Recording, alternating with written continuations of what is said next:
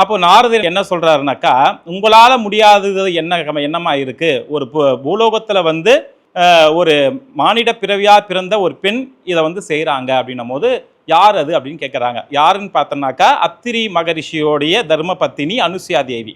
அனுசுயா தேவி கிட்ட போயிட்டு நாரதர் வந்து இந்த இரும்பு துண்டை வந்து கடலையாக வறுத்து தாங்கம்மா, உங்களுடைய பதிவிரத தன்மையால் இது வந்து சூடு ஆறாமல் இருக்கணும், நான் கைலாயம் போய் காட்டுற வரைக்கும் இருக்கணும் அப்படின்னு கேட்குறாங்க.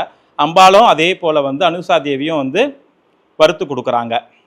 இதை கொண்டு போய் கைலாயத்தில் போய் அம்பாள் கிட்ட காட்டுறாங்க. காட்டின உடனே அம்பாளுக்கு ரொம்ப ஆச்சரியமாக ஆயிடுச்சு. இப்படி ஒரு பதிவிரதை தன்மை கொண்ட ஒரு பெண் இருக்கிறா பூலோகத்தில்னாக்கா, இவள் ரூபத்தில் தான் நம்ம வந்து நம்மளுடைய அவதாரங்களை செய்யணும் அப்படின்னு சொல்லிட்டு, அப்போது இந்த முப்பெரும் தேவரையும் என்ன சொல்கிறாங்கனாக்கா, மும்மூர்த்தி கிட்ட நீங்கள் அவங்கள போய் நீங்கள் வந்து டெஸ்ட் பண்ணிட்டு வாங்க, அவங்களுடைய பதிவிரத தன்மையை போய் நீங்கள் போய் டெஸ்ட் பண்ணிட்டு வாங்க அப்படின்னு சொல்லிட்டு பரிசோதிக்கிறதுக்காக அனுப்புகிறாங்க. அப்போது என்ன பண்ணுறாங்கனாக்கா, மும்மூர்த்திகளும் வந்து பூலோகத்துக்கு வராங்க.